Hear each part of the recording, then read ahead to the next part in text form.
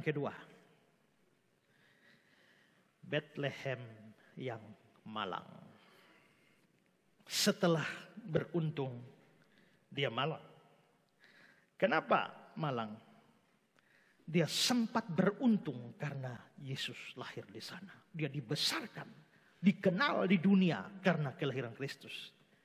Tapi karena kelahiran Kristus di Bethlehem itu pula, suatu tragedi besar terjadi di Bethlehem. Herodes yang merasa cemburu dan iri dan takut kepada Mesias, mencari tahu di mana Mesias dilahirkan dari keterangan para ahli Taurat. Celakanya ahli Taurat mengatakan di Bethlehem. Begitu di Bethlehem, orang Majus pergi mencari Yesus dan menyembahnya, tapi tidak kembali lagi. Herodes yang mau bunuh Yesus kehilangan kabar dari para Majus.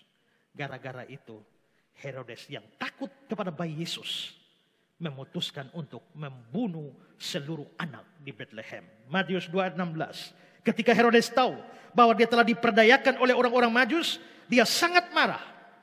Lalu dia menyuruh membunuh semua anak di Bethlehem dan sekitarnya, yaitu anak-anak yang berumur 2 tahun ke bawah, sesuai dengan waktu yang dapat diketahui dari orang-orang Majus itu. Saudara-saudara, mereka beruntung karena Yesus dilahirkan di sana. Tapi tragis bagi mereka, semua anak di kampung itu dibunuh.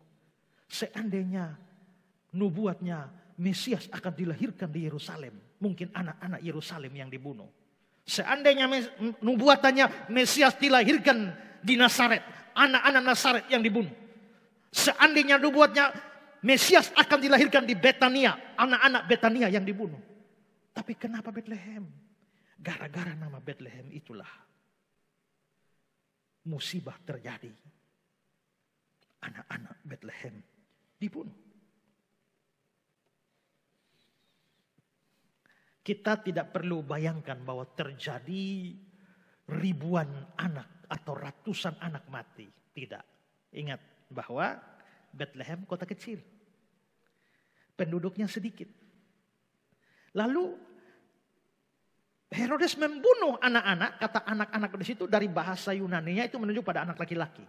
Jadi kalau kotanya sudah kecil, penduduknya sedikit, lalu cari yang di bawah 2 tahun lebih sedikit lagi, yang laki-laki saja. Lebih sedikit lagi. Karena itu pembunuhan anak-anak Bethlehem bukan sesuatu yang heboh. Makanya tidak dilaporkan di dalam catatan sejarah yang ditulis oleh Yosefus, Flavius Yosefus. Tidak ada. Mengapa tidak ada? Karena itu termasuk kecil, peristiwa kecil. William Barclay, Bethlehem bukanlah kota yang luas. Dan jumlah anak-anak berumur 2 tahun ke bawah tidak akan melebihi 20 sampai 30 orang. Kita tidak perlu membayangkan jumlah yang sampai ratusan. Ya 20-30 lah. Kalau hanya membunuh 20-30 orang, itu terlalu kecil untuk dihitung. Kenapa? Karena kita tahu Herodes itu bunuh ribuan orang.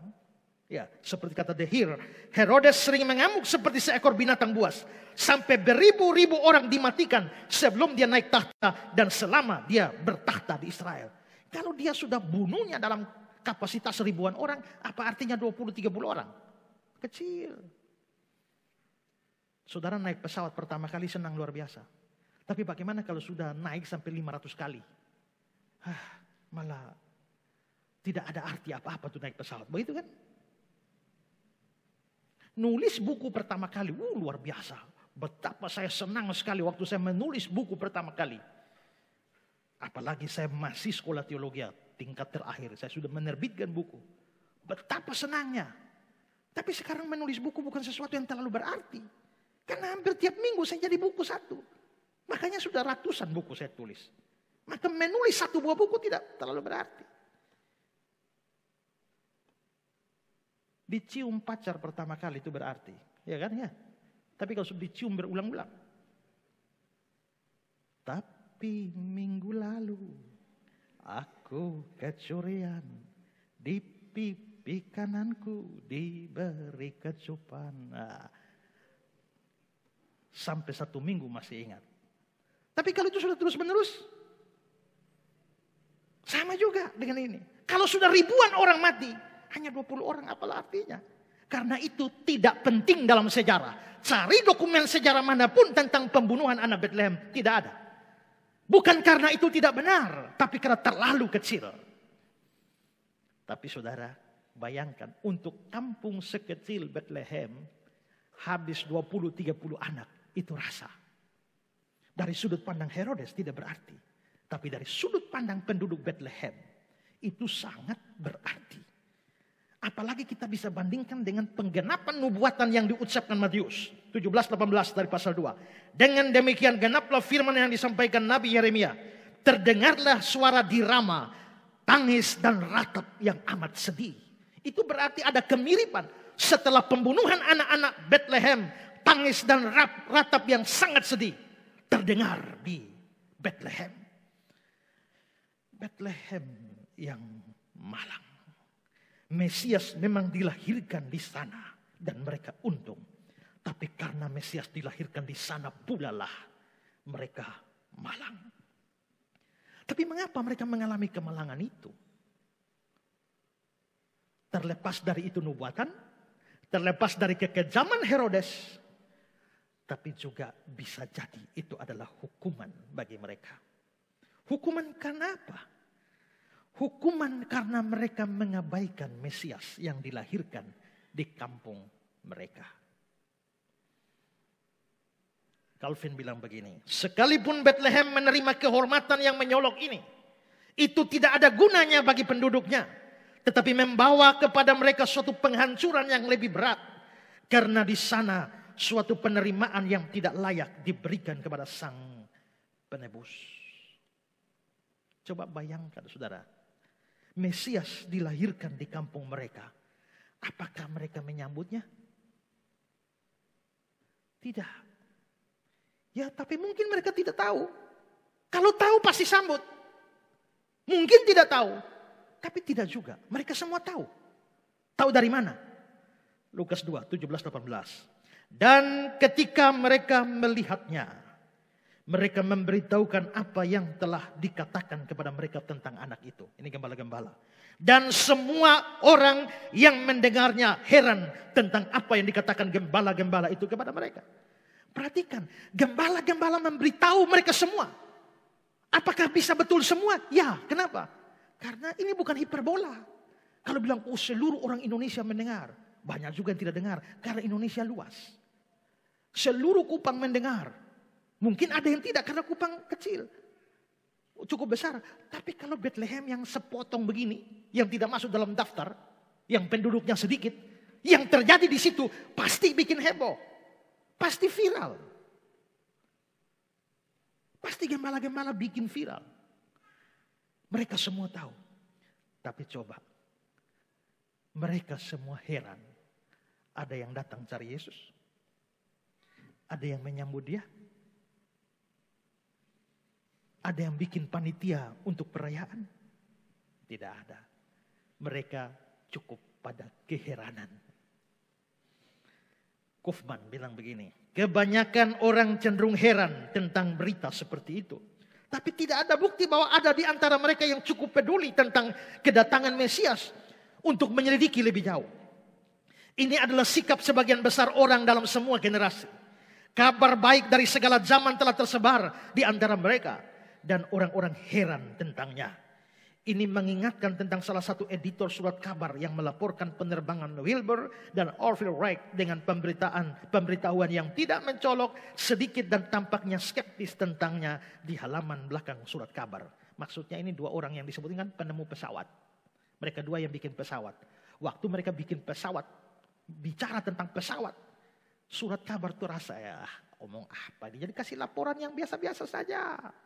Ya, taruh pun di berita paling belakang. Pada waktu itu belum ada pesawat. Kelihatannya mereka tidak peduli. Lalu Kaufman melanjutkan. Ada kekurangan tanggapan yang jauh lebih besar di Bethlehem pada malam Yesus lahir. Begitu ada berita, kabar baik, ada pesawat, dicipta pesawat. Banyak orang skeptis. Alah, apa ini? Nah, Kaufman bilang di Bethlehem ada lebih banyak, lebih kurang tanggapan dari itu terjadi di malam Yesus lahir. Ya heran, tapi tidak bikin apa-apa. Henry, hal ini mereka beritahukan kepada semua orang sesuai kesaksian mereka, para gembala. Dan sekarang kalau dia telah di dalam dunia, tapi dunia tidak mengenalnya, maka itu salah mereka sendiri. Sebab telah cukup banyak pemberitahuan diberikan pada mereka. Apa kesan pemberitaan tersebut terhadap banyak orang? Sesungguhnya semua orang yang mendengarnya heran tentang apa yang dikatakan gembala-gembala itu kepada mereka. Tidak bisa tidak orang banyak itu menjadi heran mendengar bahwa Sang Mesias harus dilahirkan di dalam sebuah kandang dan bukan di dalam sebuah istana. Bahwa para malaikat harus membawa kabar itu kepada para gembala miskin dan bukan kepada imam-imam kepala. Mereka merasa heran, tetapi tidak pernah berusaha menyelidiki lebih lanjut mengenai Sang Juru Selamat itu. Mengenai kewajiban mereka kepadanya atau mengenai manfaat-manfaat yang akan mereka peroleh darinya. Sebaliknya mereka membiarkan semuanya berlalu begitu saja. Oh, betapa luar biasa bodohnya orang-orang dari generasi itu. Sungguh pantas memang bila hal-hal yang perlu bagi damai sejahtera mereka disembunyikan dari mata mereka. Ketika mereka dengan sengaja mereka sendiri menutup mata terhadap hal-hal itu. Mereka acuh tak acuh. Dan terlepas dari nubuatan, terlepas dari kekejaman Herodes, mereka dihukum dengan tragedi besar di kota mereka. Ada kemalangan, tragedi besar di Bethlehem. Dan seandainya semua itu lahir dari ketidakpercayaan mereka kepada Mesias, maka tragedi besar yang lebih besar akan menghantam mereka lagi. Siapa yang banyak diberi akan banyak dituntut. Yesus sendiri mengatakan dalam Yohanes 8 ayat 24, jikalau kamu tidak percaya bahwa akulah dia, kamu akan mati dalam dosamu. Ibrani 2 ayat 3, bagaimanakah kita akan luput jikalau kita menyia-nyiakan keselamatan yang sebesar itu, yang mula-mula diberitakan oleh Tuhan dan oleh mereka yang mendengarnya. Mereka diberi kehormatan, Mesias lahir di tempat mereka. Tapi kalau mereka acuh tak acuh bahkan tidak percaya, mereka akan mati dalam dosa-dosa mereka. Sebuah tragedi yang lebih besar akan menghantam mereka lebih daripada sekedar tragedi kematian anak-anak atau bayi-bayi mereka. Hari ini, sampai hari ini di Bethlehem sangat sedikit orang percaya. Bethlehem yang malang. Tapi memang Yesus datang menyodorkan dua pilihan itu. Lukas 2 ayat 34. Sesungguhnya anak ini ditentukan untuk menjatuhkan dan membangkitkan banyak orang Israel. Yesus datang pertama menjatuhkan, kedua membangkitkan. Atau dalam today's English version, for the destruction and the salvation. Yesus datang untuk membinasakan atau untuk menyelamatkan. Jadi Yesus yang datang, Yesus yang lahir, bayi Natal itu datang. Satu, membinasakan. Dua, menyelamatkan. Terus yang mana yang terjadi pada kita? Ya tergantung respon. Dia datang bisa menyelamatkan Bethlehem, bisa membinasakan Bethlehem. Tergantung apa? Tergantung respon Bethlehem terhadap kelahirannya. Yesus telah lahir dalam dunia ini. Dua sodoran ini diberikan pada kita. Binasa atau selamat. Tergantung respon kita kepada dia. Pilih mana? Dibangkitkan atau dijatuhkan, diselamatkan atau dibinasakan. Wycliffe Bible Commentary, orang-orang yang percaya kepadanya mencapai ketinggian-ketinggian yang baru. Orang-orang yang menolaknya terjerumus ke dalam keputusasaan yang lebih gelap. Bethlehem yang beruntung, Bethlehem yang malang. Bethlehem beruntung, Bethlehem malang. Kamu bagaimana? Amin.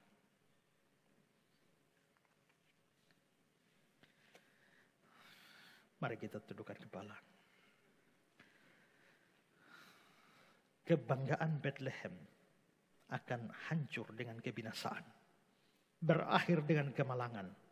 kalau di sana ada sikap tak acuh terhadap Kristus yang dilahirkan. Hal yang sama bisa terjadi pada kita.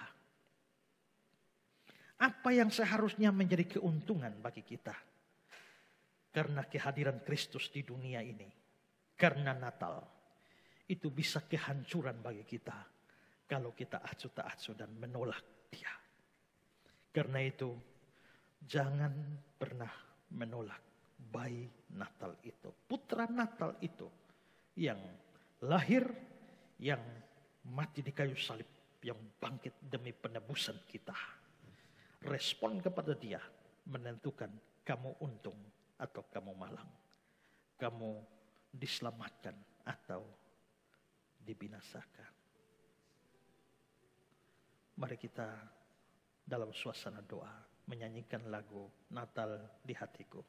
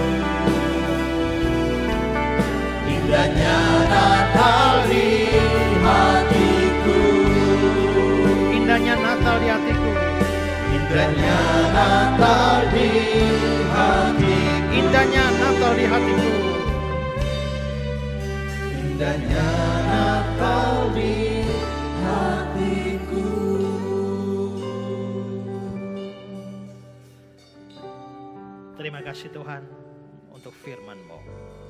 Kami belajar banyak hal dari Bethlehem. Baik dari keuntungan mereka maupun kemalangan mereka. Entah keuntungan atau kemalangan yang didapat tergantung dari respon setiap orang terhadap berita Natal itu. Biarlah kami yang merayakan Natal setelah Natal yang pertama ribuan tahun yang lalu. Natal bukan hanya terjadi di Bethlehem, tapi juga di hati kami. Mau menyambut Kristus lahir di hati kami. Sehingga bukan kemalangan, tapi keuntungan yang kami dapatkan. Bukan kebinasaan, tapi keselamatan. Terima kasih untuk firman-Mu. Dalam nama Yesus kami berdoa. Amin.